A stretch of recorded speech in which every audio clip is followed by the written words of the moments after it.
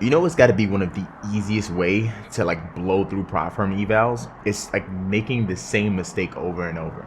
Like take the time, get you a notebook, and just really sit down and break down your trade recording. That's what we're gonna be doing today. Because last week I was up $1,500 and I blew it, which means I hit the trailing max drawdown of 2,500 in one day. Now, of course, this is going to be as expected as I am trading very aggressively when it comes to these prop firm challenges. I'm not trying to hold on to them for a very long period of time, but that still doesn't give us any excuse. First day on the new eval and we're down 1,100 bucks.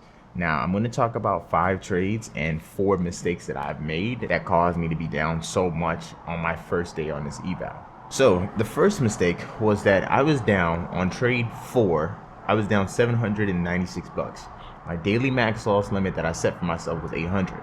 This was just another error of just not sticking to my rules. When you're down a certain amount, you start thinking about that one trade, how you can start a low-key kind of climb out of drawdown.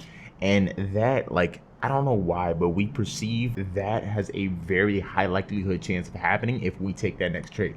And it's almost never true. I think a lot of us, bro, can relate to this. Like, we're down a certain amount and we take that one extra trade in hopes of like kind of eating out of that drawdown so we're not down so much on the day. That's what I did here. That was the first mistake that I made. And what was the result? I was down 1,100. Breaking into this first trade, my setup is very simple. I'm looking at highs and lows, or micro highs and lows, and I'm really kind of playing a breakout, but a volume spike breakout. What this means is I'm looking at the delta and I'm looking at volume at the same time, and I'm looking to see a spike in aggressive buyers or aggressive sellers, and I'm riding that momentum. That's my setup. That's what I've been trading for the last few weeks. Now, this trade was probably the best trade on the day as I'm playing everything perfectly right. We got a volume spike, we got a delta spike, everything that just needed to happen. But today was just one of those days that as I kind of go through the trade recording here, we just really was one of those grindy up days where we don't really get no clean follow through. We have some sort of pullback before continuing up. The second mistake that I made today, and I think the second bottleneck I should say, is the delta on MNQ and the delta on NQ is 2 different things. Of course, because there's a lot more contracts traded on micros than there are on minis. My thing is, I have a very hard time. I know from trading micros that when we get into like 400 plus or negative delta, that's pretty strong conviction towards a certain direction for a breakout. I don't know what that looks like for NQ. I'm thinking, okay, cool, maybe it's 100 because of 1 to 4 split difference. But I don't really have no experience behind that.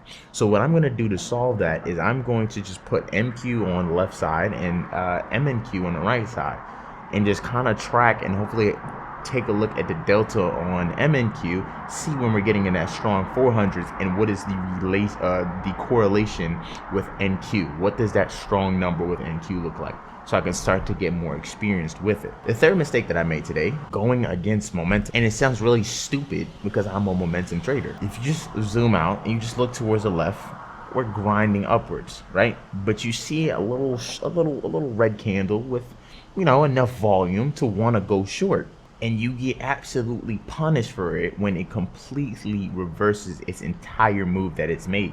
On trade 2, I see delta heavily diverged, right? So we're printing green candle, however delta is showing that aggro sellers are actually winning the battle. So I take a short, but guess what I'm going against? Momentum. And what happens? I get what I deserve.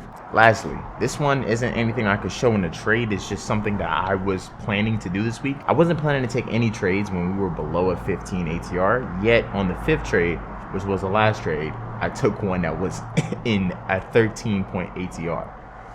This goes back to what I said a little bit earlier about how you start to do stupid shit when you're in drawdown in hopes of just kind of eating out of that drawdown. It's easy fix. When you hit your maximum daily drawdown, stop trading, right? But the thing is, like, how do I just stop trading? Just walk the fuck away, right? Look at your account balance. You see you're at negative 750, bro, just walk away.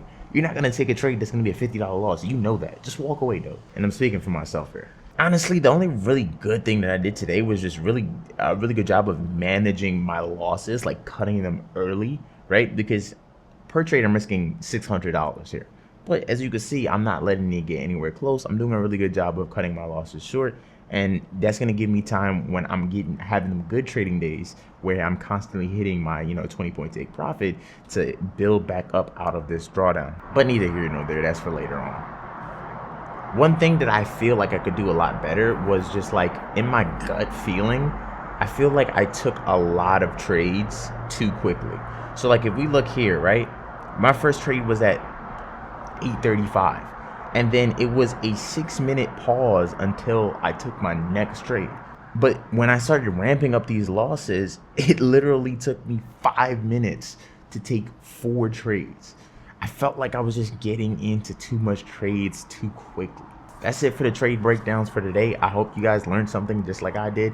I'll just say one thing, if you guys could take away from this video, just record your trades and come back and review how you traded on the day and just take a look at it. And just before you even look at the recording, sit down and ask yourself, what were the bottlenecks? What were the like known mistakes that I made today? And write those down, and then write down potential solutions for those known mistakes before you even review your film. Because majority of the times you know where you fucked up. Just go fix that.